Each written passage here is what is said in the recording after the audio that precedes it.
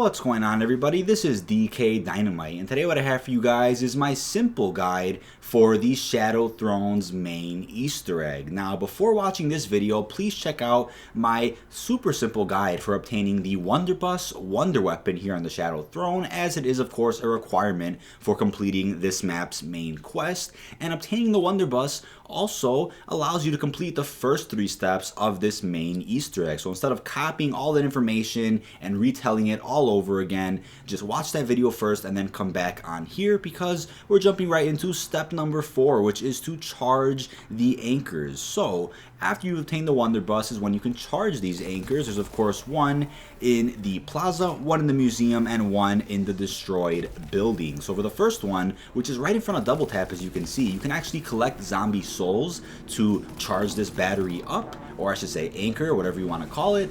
But you can also use your Wonderbus to shoot a beam at it, possibly taking all of your 100 shots in the Wonderbus, and boom, you can charge it up that way. Don't forget, you can also replenish the ammo in the Wonderbus if you shoot your little anchor, aka your L1 or L2 attack at a zombie. That'll send energy to your Wonderbus, and you can actually replenish the ammo without using a max ammo consumable. But if you are going through a pest round or your teammates have consumables to waste, then yeah, use your max ammo. It'll be a lot faster. Now, for the other 2 anchors, the one in the museum and the one in the destroyed building, you of course have to look in this very specific spot here, and you can shoot the beam directly at the anchor, and like I said, it'll probably take all of your shots in the Wonderbus, and boom, it'll be filled up. Once all 3 anchors are filled up is when you can move on to the next step. So now you have to summon the Smuggler. So similar to the Darkest Shore, where you had to collect 3 spines, this map requires you to collect 3 pretty interesting melee weapons here on the map, and a 4th one comes later, but you'll see what I mean.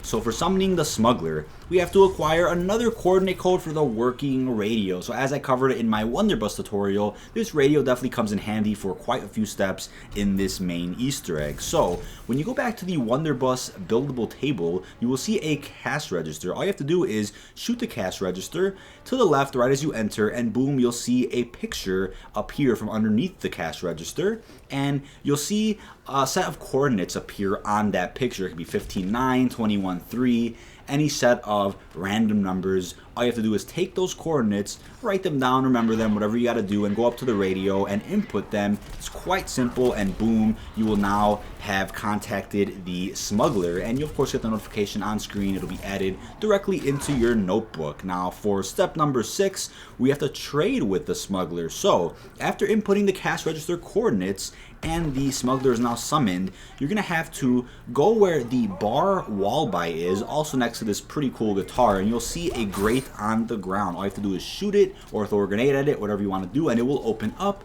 The Smuggler will talk to you and tell you that he needs a weapon. So you do have to give him a bullet-based weapon instead of running around trying to see what weapon's gonna work. It could be an assault rifle, SMG, sniper, shotgun. You can actually identify the exact weapon type that he needs. It is different in every game. It's all based on RNG. What you have to do is go up to this Wonderbus table, and you'll see a certain set of bullets. Now these bullets will either match the bullets of a shotgun, the bullets of a sniper rifle, the bullets of a SMG/AR. Now when you see the bullets of a SMG or AR, they probably look the same, so that will tell you that, okay, experiment with a grease gun or experiment with the FG42. If you see bigger bullets, which is like sniper rifle bullets, then of course give them a carabin, give them a Car 98K. If you see shotgun shells, then okay, buy a combat shotgun and give it right to him. If you see smaller bullets, then trade him your pistol. It's quite simple. You don't have to really guess and try to figure out which weapon he's going to take. It could take you a long time and a lot of money when you do that. So again, look at this Wonderbus table, look at the specific ammo type that's on it, and boom, it will tell you what weapon type you need to give him. So after giving him the weapon, you have to go through 2 successful rounds in order to then talk to him again. So before we jump into the next part of the Smuggler step, we're going to jump into step number 7, which is projecting the map. So when you go into the apartment area, you're going to want to grab this very specific painting, and you're going to bring it into the theater where this projector is. So if you look at the railing above, you'll see a film reel. Just shoot it, it'll drop down, hold your action button to grab it, and then go up to the projector, hold your action button again, and boom, it will place the film reel and the painting that we grabbed earlier.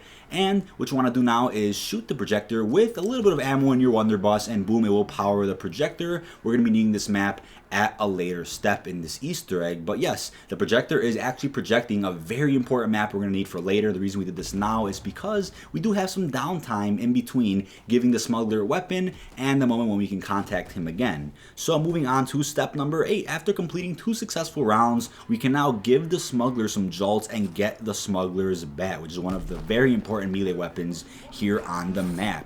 So go over to where the theater is, right in front of the main entrance, and you see another grate on the floor. You can shoot it, throw a grenade at it, whatever you want to do, and it will open up, and he'll of course need some money. So what you want to do is just keep giving him jolts until it successfully grants you with a notification on screen that he has been paid. Now it's a different amount of jolts in every game. It's usually 1, 2, maybe even 3 drops of jolts, which is not that much money, but of course save a little bit of your jolts for this step. And once that's done, once he's happy, he'll say that you have to knock on this door 3 times to know that it's safe to open up. So what you want to do now is go to where the Wonderbus buildable is, and boom, once you go over there, you'll see a very mysterious wooden door. Just hit it with your melee weapon 3 times. That'll give him the 3 knocks he was asking for, and when you open it, unfortunately the smuggler has been killed by a Westling. So yes, kill the Westling, but what you will see on the floor is the smuggler's bat, which is a really cool and very powerful melee weapon. So pick that up, and boom, we're gonna need that for later as well. So the next melee weapon we're going to be going for is the Dancer's Dagger. What you're going to want to do is go back to the theater and look at that map that we just projected a couple seconds ago, and on that map you'll see a green dot. Now in every game that you play, this green dot will cycle amongst 4 random locations, but I'll put a guide on screen to show you what all the locations mean and where exactly they are, because there's about, I would say, 9 to 10 actual locations that this clown doll can spawn at. Yes, this green dot is pinpointing to a specific clown doll in a specific location. So these clown dolls will always be in these locations, but once again, you only have to go through 4 of them in one of your games.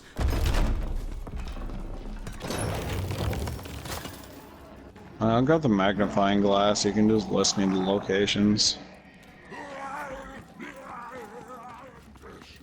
Thank you.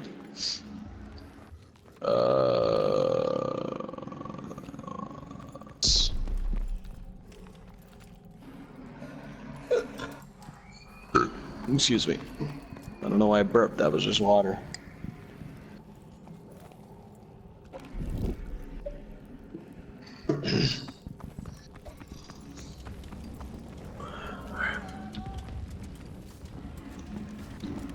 Why is he? Oh, he got in my way. Yeah.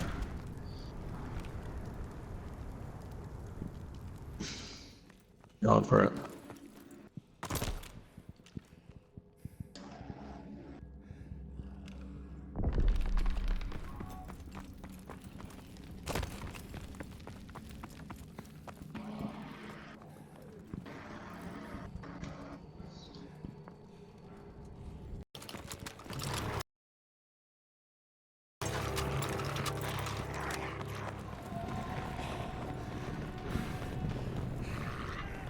All you have to do is go up to this clown doll and collect zombie souls right next to it. And you have to count how many souls this clown doll collects from your zombies. It could be 4, it could be 5, it could be 6. But the maximum number is 9. You have to remember these zombie souls that the clown doll collects, because it's going to end up being a 4-digit combination that you have to input into a safe. It's very simple.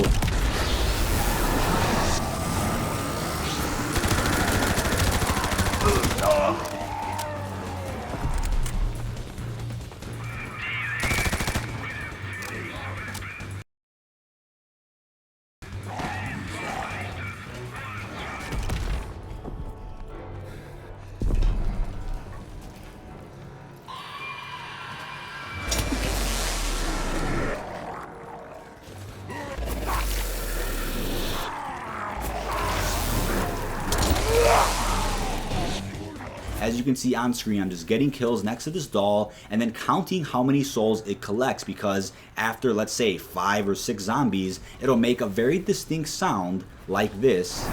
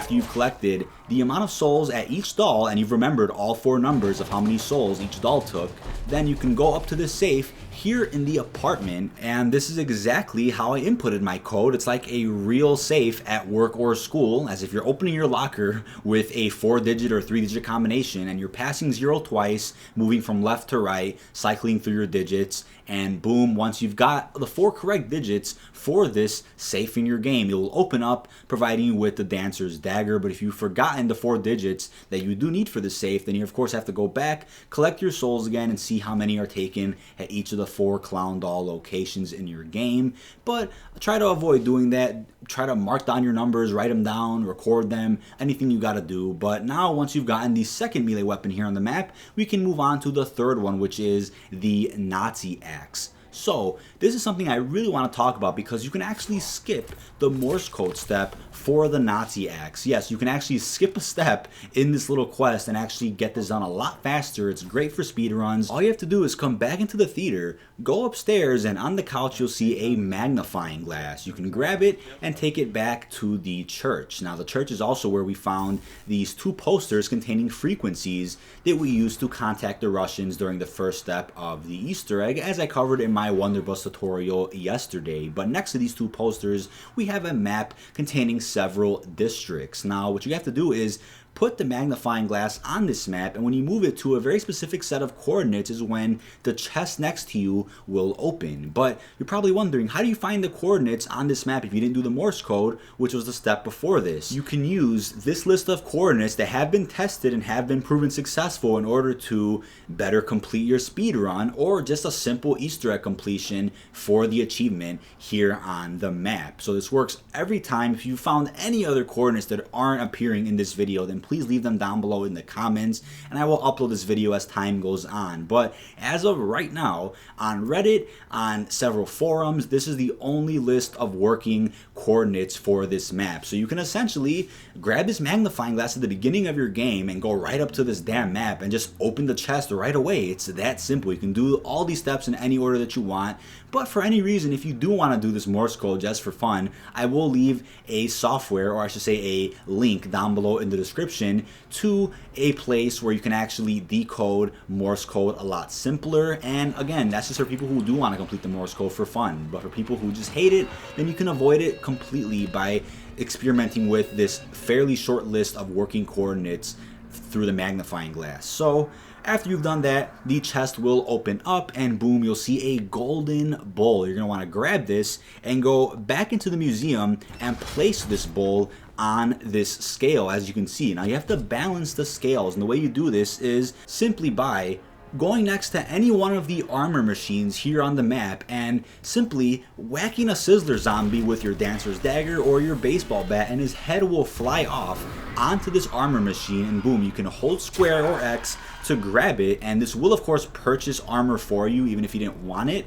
And once you've done that, you'll have the head in your inventory, and you can go back up to the scales, hold square or X to place it on this scale, and boom, it'll successfully balance out both the scales, and you'll then see a little bunny right next to the scales. And all you have to do is collect a random amount of zombie kills right next to this bunny, and boom, it will open up the drawer right underneath the scales, and you'll be given the Nazi axe. It's quite simple, and once again, you can fly through this step. You can just skip the Morse code, go right onto the magnifying glass step, and boom, you can open up that chest, get that golden bowl, and balance the scales in what I would say less than 2 rounds, maybe even 1.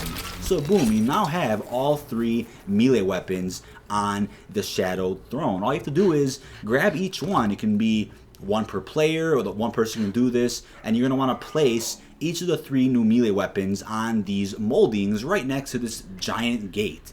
And once you've placed each of the 3 melee weapons, it will unlock the next step of the Easter egg, which is to use these unique melee weapons to charge the Geistkraft. First, you want to use the Nazi axe to kill a random amount of regular zombies right next to these 3 moldings, and once you've done that, you'll hear the same distinct sound that you heard earlier when you were collecting souls next to those clown dolls for the Dancer's Dagger quest. That means you can move on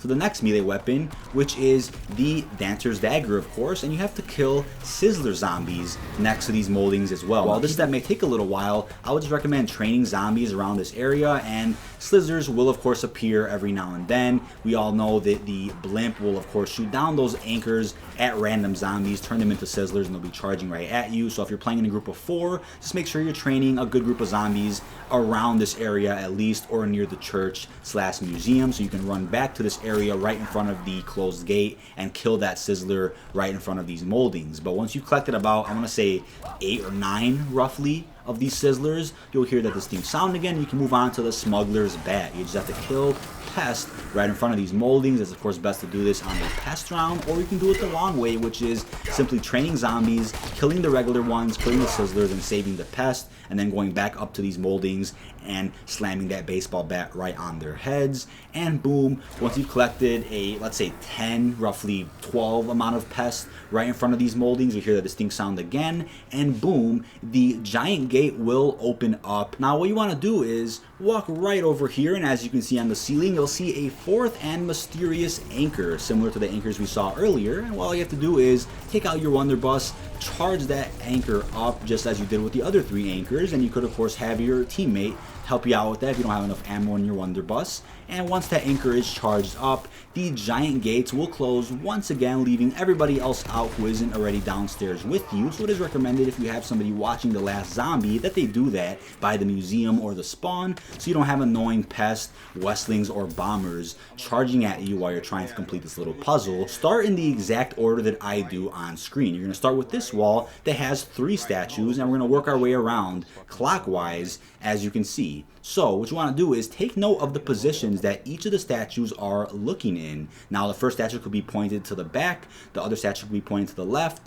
and the third statue could be pointed to the right. You're going to input that onto the system, and once you hit solve on this system, it will tell you how many times you have to shoot each statue, or maybe just one statue, as each statue affects one another. And the goal is to have all statues facing forward in order to grant you with a golden raven. Now we're going to be getting 4 golden ravens throughout this part of the Easter egg. So when you see a raven spawn in after you've done one of the walls, don't grab it right away, as we're going to be grabbing them later in a very specific order so they can make it easier for all you guys out there. But yes, moving on to the next wall, as you can see, we're taking note of the positions that these 4 statues are in, putting them into the system, hitting the solve button, and boom, you could of course get the correct amount of times you have to shoot each statue in order for them to all face forward. So you could of course do trial and error, shooting each statue, trying to figure it out for yourself if you don't want to use this software. That's 100% fine, but for speedrunners or for anyone who doesn't want to go through all that trial and error, they could of course use this system and get this done within just a couple of minutes.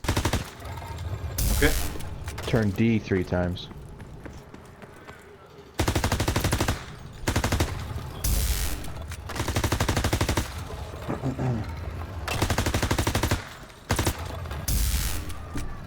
Boom. Alright. Okay. Now this one.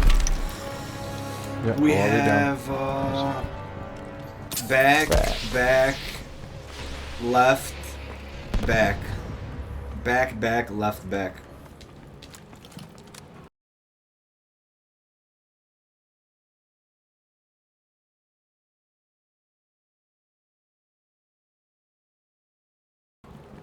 Turn C once.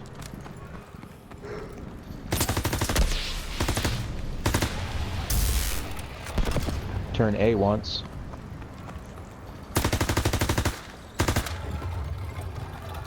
Turn D twice.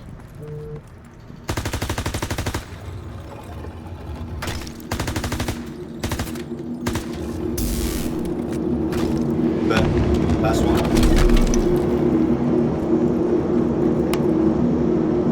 Alright, back. Back, left, Left. right, back. Back, left, right, back. Okay.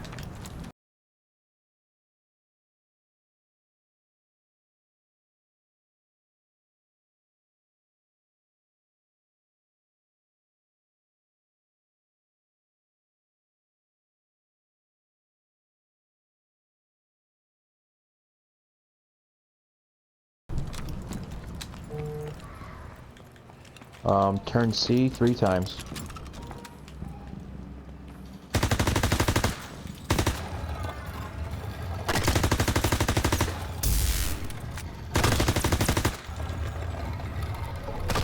Turn A twice.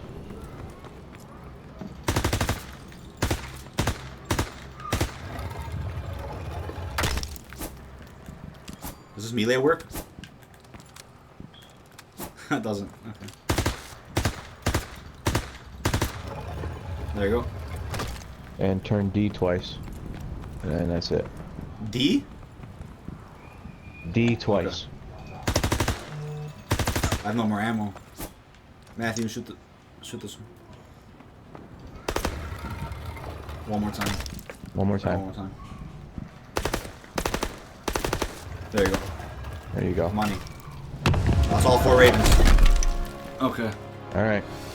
Now, as you can see, all 4 golden ravens have spawned in next to the middle statue on each of the walls. Now, copy exactly how I do it. You're going to be placing these ravens in a very specific spot on the big Barbossa statue. If you mess this up, then the ravens will despawn and they'll be placed on the ground right next to the statue, or you can pick them up and try it again. But you could, of course, do this first try if you just copy exactly the positions that I place each of these 4 ravens in. I have seen glitches before where they get stuck, things like that, but I think now all of that bullshit has been patched. Right there.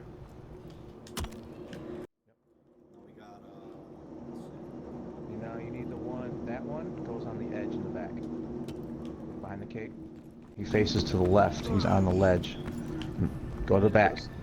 No, go to the back. Yep. Keep going. Keep going. Right there. You sure? Yep. Positive. Last one. And the last one goes behind the one facing to the left. Go right there. Yeah. Oh shit. Yes. Oh, first try. Let's go. But here, as you can see, once all 4 ravens have been placed in these very specific spots to match this very specific image of Barbossa with his ravens, boom, the step will be completed. The puzzle has been solved thanks to this wonderful system that the community has come up with. The community is just fantastic sometimes with coming up with new ways and better ways to solve Easter eggs here for our zombies experience. But now you can obtain the Blade of Barbossa. You're going to want to grab that, walk right back upstairs, and you'll see a molding where Barbossa's blade does fit. You're going to want to place that, and boom, the gates will now open, and we are getting ready for the boss fight. So yes, we have 3 wonderful melee weapons sitting in those moldings over there, and we have a bonus / 4th melee weapon known as the Blade of Barbossa, which is probably going to be connected with the hilt we got in the Final Reich and the pommel we got from the Darkest Shore in a later DLC map, probably DLC 3 or 4, of course. Now, as we prepare for the boss fight, this is the last opportunity you have to buy armor, perks, any ammo you might need for a pack-a-punched weapon. If you want to play Hangman to get some pickups, or the Tesla gun, or the Ripsaw, then go ahead and do that now, because you're going to want to make sure that you have at least 100 shots in your Wonderbuss. Yes, every player in your match needs about 90 to 100 shots in order to fly up to the boss fight. So yes, we're going to have to go into this little container here. Everybody has to look up and fire your Wonderbuss as long as you can, and it will fly you up to Dr. Straub's brand new upgraded blimp that he, of course, upgraded from the destroyed one we had within the Final Reich. So once you get up here, this is where things get interesting. All we have to do is simply play around with the power and move it to these specific locations to open up the gates surrounding Dr. Straub's lab. This is very simple. This is the same in every single game. Nothing changes. And my biggest recommendation is to bring the Pack-a-Punched MP40, because you can actually buy ammo for the MP40 in the blimp. Yes, this is very simple. This is the only weapon that I know of that you can buy ammo for during the boss fight, so why not just have a Pack-a-Punched MP40, even if it's your 3rd weapon while you use Mule Kick. It's quite simple, and if you're going to use a big weapon like the MG42 or the GPMG or like a fucking Bren, then you're going to have to rely on max ammo consumables or random drops to replenish ammo for them. So, like I said, the MP40 is quite powerful. It will do you some good, and you're going to, of course, need your Wonderbuss along with that. So,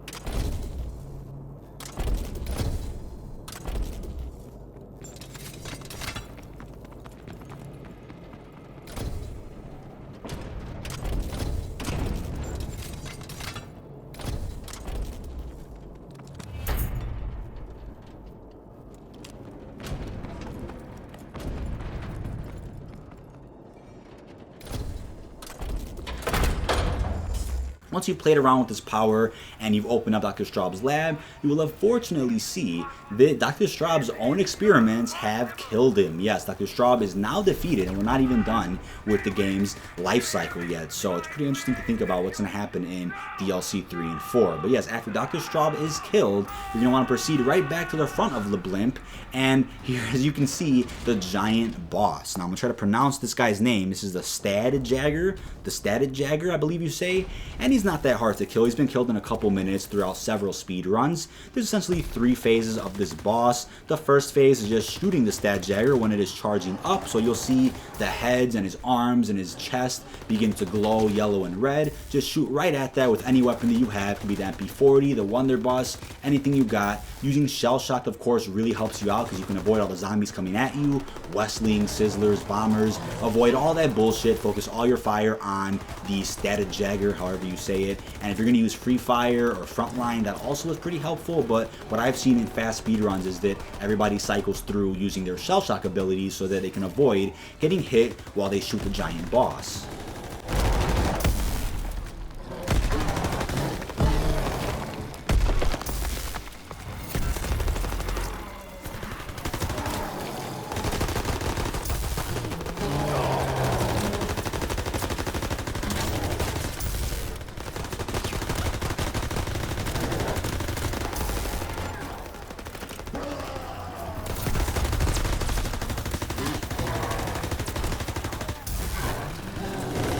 After shooting the boss quite a bit, you'll begin to see the Stadtjager make a couple of different movements, and he'll begin to shoot Wunderbolts. This is phase 2, when he can no longer be damaged when charging up. So you simply have to lay a whole bunch of fire and even your Wunderbuss on him as he's shooting those Wunderbolts at you, and it's pretty much exactly the same as phase 1, except once again when he's charging is when you cannot shoot him, but when he's actually trying to attack you is actually when you could harm him. So that'll take a little while, but again, the best speedrun opportunity you have is by casting your Shell Shock in order. So player 1 goes first, player 2 goes first. You can decide the order, of course, with your friends, but just casting your Shell Shock, getting all the zombies away while you focus all your fire on this boss is the best way to go about it.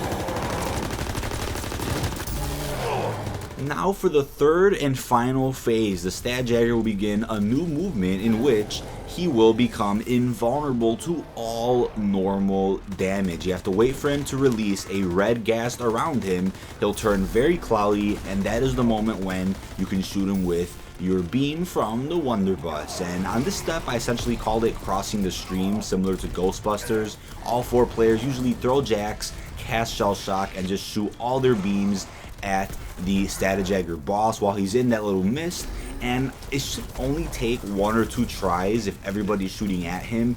I've been in games where it glitched out a little bit, it took like 5 or 6 tries, but I believe when you are correctly shooting the Wunderbuss at the Stadtjager while he's in this mist, it should only take 1 or 2 attempts with, I believe, 100 rounds in everybody's Wunderbuss. That should do it, and after a good amount of fire from the Wunderbuss, you'll see this.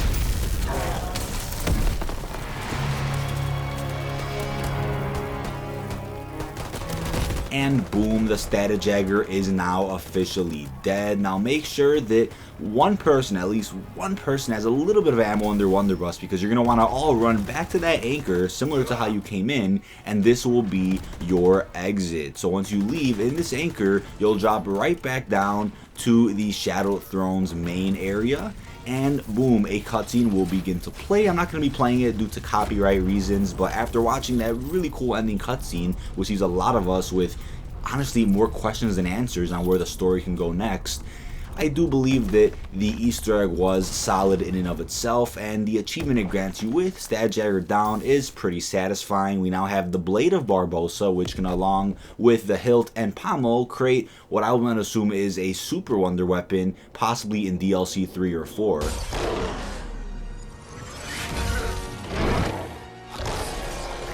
And that's about it for my simple guide here for the Shadow Throne, aka World War II's DLC 2 zombie map. It just came out on April the 10th. I waited a couple of days before uploading this because I wanted to make sure I had all the correct information. I wanted to make sure that all of my tips were credible, so on and so forth. And I do believe that skipping the Morse code step and identifying the exact ammo type the smuggler will take in every game is very useful for speed runs and just for casual, laid-back Easter egg completions for those of you going for those new orders, or for those of you who are recording or streaming, you name it. But thank you so much for watching. This has been dkdynamite. I'll be covering all the side quests that are present on the Shadow Throne in the next couple of days, along with uploading live gameplays of the new multiplayer maps featured in the War Machines DLC.